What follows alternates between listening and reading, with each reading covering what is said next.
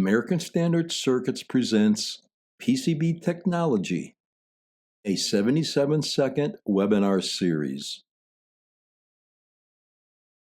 The precursor to UHDI. PCB technology has steadily pushed towards finer lines and spaces, from 8 mils to 5 mils to 3 mils.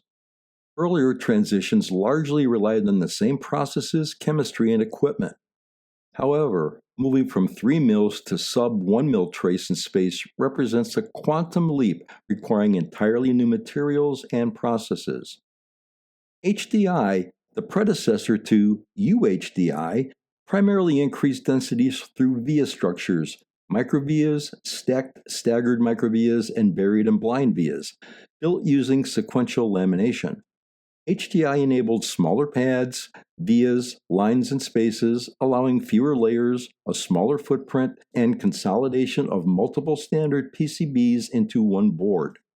Despite these advantages, conventional technology has remained stuck at 3 mil line and space capability for years.